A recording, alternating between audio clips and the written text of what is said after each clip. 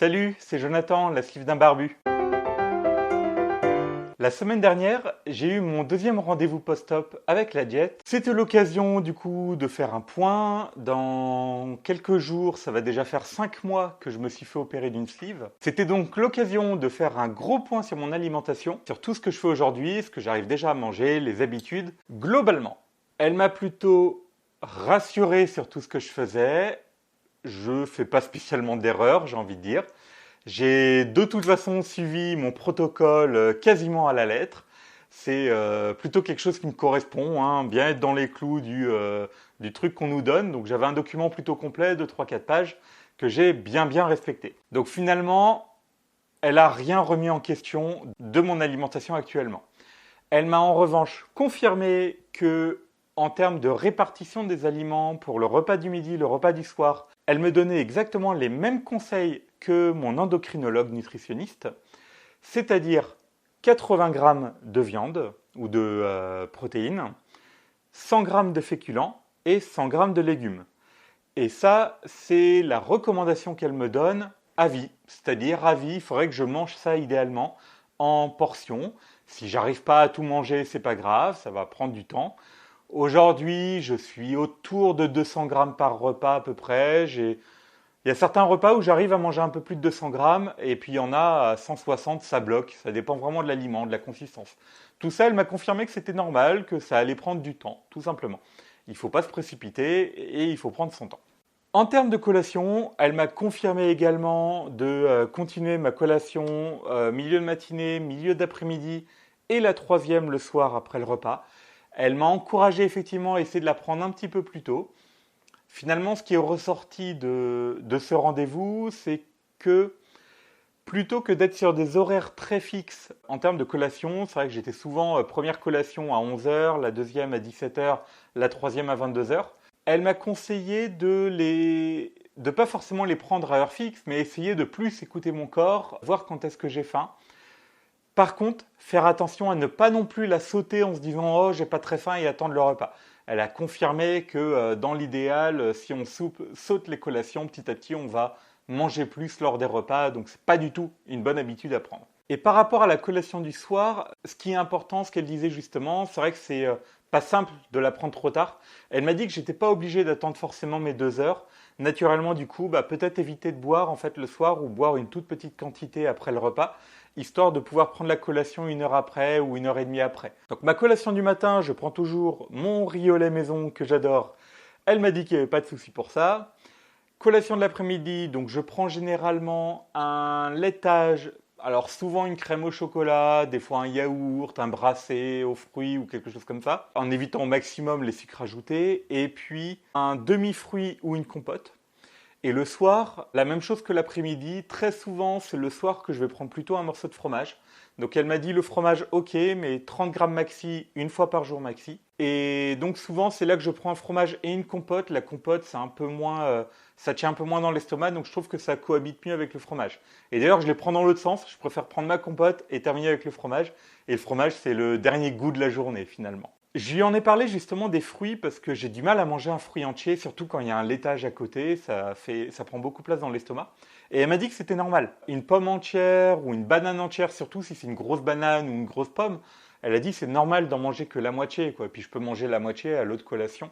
Pour elle, je ne devais pas me forcer à manger le fruit entier.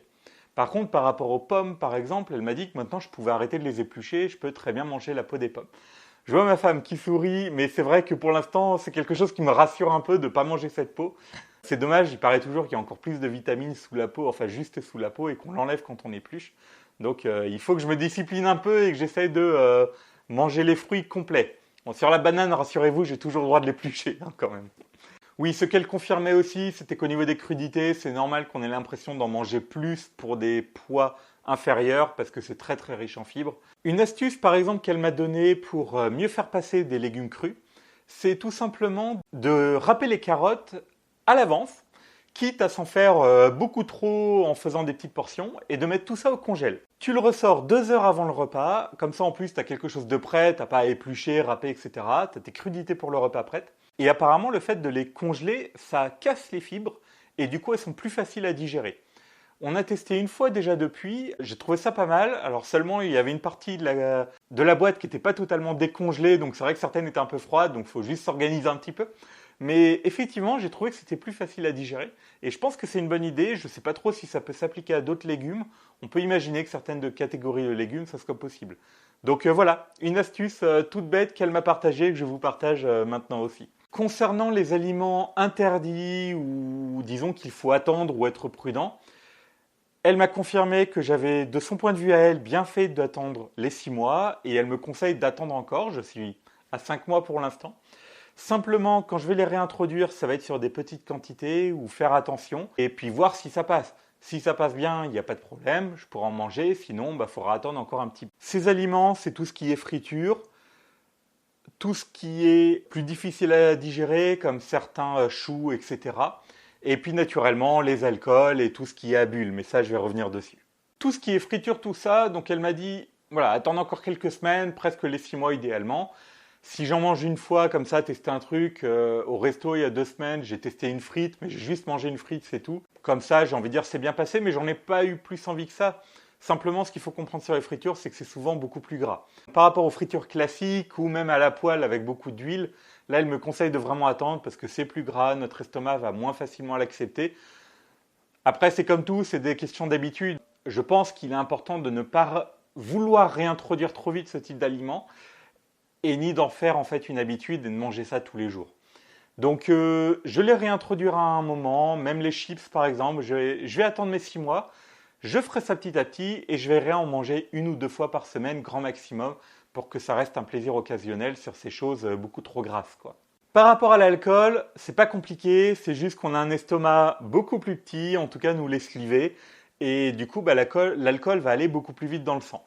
C'est encore pire sur les bypassés parce que le tube digestif est raccourci et du coup l'action est encore plus rapide. Mais pour les slivés, c'est aussi vraiment quelque chose de réaliste. J'en ai parlé un petit peu dans la FAQ.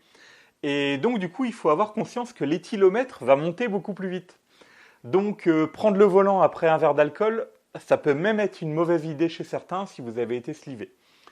Donc déjà pensez, voilà, éthylomètre, alcool, niet. Ensuite, forcément, comme ça va être plus vite dans le sang, les effets vont être plus rapides. C'est-à-dire qu'un alcool moins fort ou un alcool fort en plus petite quantité va agir plus vite. Vous ferez vous-même vos expériences si vous avez envie. Je sais que certains chirurgiens ou certains diètes disent carrément plus d'alcool à vie. Comme je vous ai expliqué, mon équipe médicale n'est pas pour ça. Pourtant, le régime protocole d'après l'opération est étalé sur 6 mois. Il peut paraître un peu strict par rapport à d'autres protocoles où au bout d'1 ou 2 semaines, il y a quasiment tout qui est déjà réintroduit. Mais finalement, je trouve ça bien parce que c'est quelques interdits les premiers mois, ça permet de réapprendre à manger, d'y aller tout en douceur pour notre estomac. Et psychologiquement, accepter de ne plus manger ces aliments fréquemment. Et ça, pour moi, c'est un vrai plus. Du coup, après, il n'y a pas vraiment d'interdit. Vraiment, au niveau de mon équipe médicale, autour de l'opération, il n'y a aucun interdit. J'ai droit de remanger d'absolument tout après 6 mois. Simplement à chaque fois, prendre son temps, en manger un petit peu. Un conseil tout bête, si vous allez à une fête et que vous savez que vous allez manger quelque chose qui est nouveau, essayez de le faire peut-être dans la semaine avant, parce que ce serait bête d'être malade à la fête et de ne pas pouvoir profiter de la soirée, quoi. Je vous parlais de mon anniversaire qui sera à peu près autour de mes 6 mois. Clairement, il y a 2-3 aliments, je pense que je vais les essayer dans la semaine avant. Je préfère être malade un soir en semaine que d'être malade le week-end quand je fête mon anniversaire. Ça sera un peu dommage, quoi. Mais donc, par rapport à l'alcool, voilà. Simplement y penser. Après, il y a tout ce qui est à bulles. Il y a aussi bien les alcools, tout ce qui va être bière, champagne, etc. Et puis, naturellement, tout ce qui est coca, boissons sucrées, pour ceux qui aiment. Concrètement, du point de vue de ma diététicienne à moi, je vous l'avais dit, je lui ai redemandé, elle me l'a reconfirmé, elle ne me l'interdit pas. Et j'insiste. Elle a même carrément, et peut-être que ça va faire dresser les cheveux sur la tête de certains, mais elle m'a dit que les bulles qui font gonfler votre estomac, c'est une légende urbaine. Peut-être que certains de vous vont crier au scandale, j'en sais rien, mais moi, perso, je veux bien y croire. Parce que les bulles, qu'est-ce qu'elles font? Elles montent, c'est de l'air, vous les mettez dans un verre, vous voyez les bulles qui montent. Et les bulles qui montent, elles vont en haut de l'estomac, et quand elles vont à l'estomac, elles font quoi? et ben elles ressortent. Donc généralement, ça va plutôt créer peut-être des bruits un peu plus que d'habitude, que nous avons déjà, nous, les slivés. Mais concrètement, voilà, elle a vraiment insisté là-dessus. Les bulles ne font pas gonfler l'estomac. Après, il y a peut-être des cas un peu spéciaux, hein, ou des cas rares, allez savoir. Mais concrètement. Par contre, en fait, ce qu'elle m'a dit par rapport à tout ce qui est bulles, c'est que ce qui se passe assez souvent, c'est qu'en fait, on les tolère moins bien. Parce que les sensations dans l'estomac sont complètement différentes. Et apparemment, il y a certains slivés qui, après un certain moment, ils retestent une bière, un champagne, un coca. Ils n'apprécient pas du tout la sensation, ils n'ont plus le plaisir. C'est vrai qu'on aime un peu moins les choses sucrées en plus, je pense. C'est le cas pour beaucoup. Ou en tout cas, sucrées à l'excès, on va dire. Et du coup, apparemment, beaucoup ne le tolèrent plus, tout simplement. Donc moi, je l'avais dit, je ferai mon expérience. Je retesterai un petit peu de coca parce que c'est quelque chose que j'aime bien. Je testerai un jour de l'orangina aussi parce que je l'aime. Pour dire que je ne fais pas de la pub pour les marques, j'aime les deux. Et puis je retesterai un jour du whisky aussi parce que perso, c'est l'alcool que je préfère.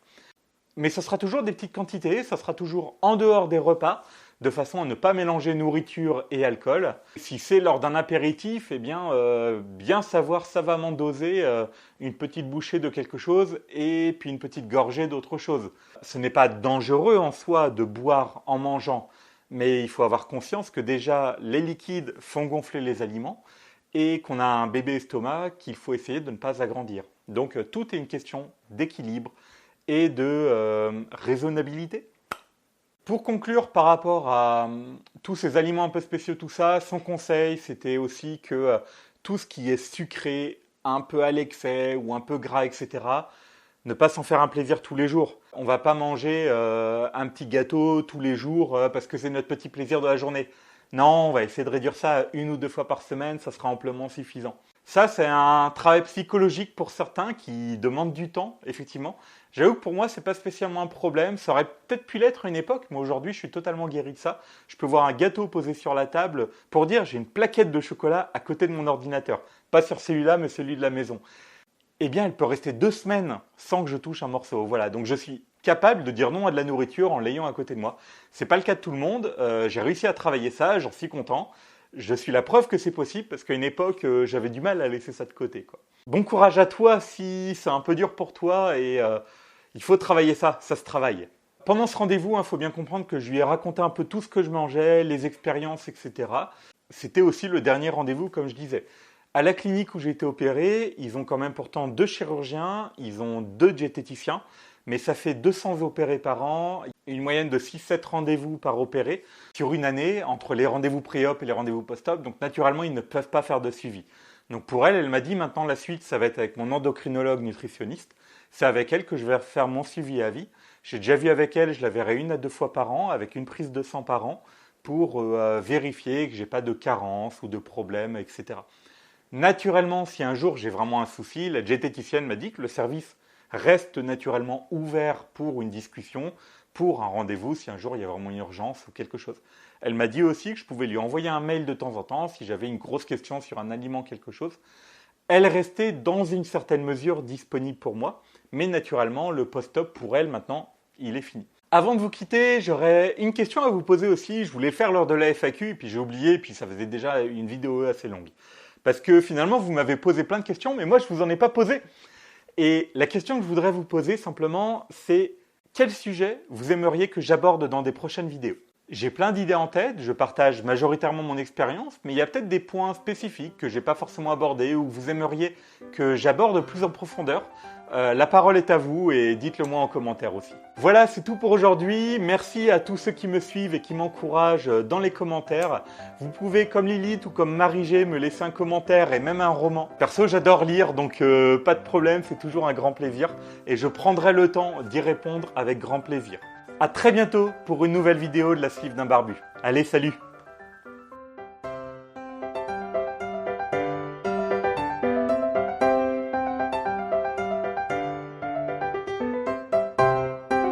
Et du coup, c'était le moment de faire le point sur Mani...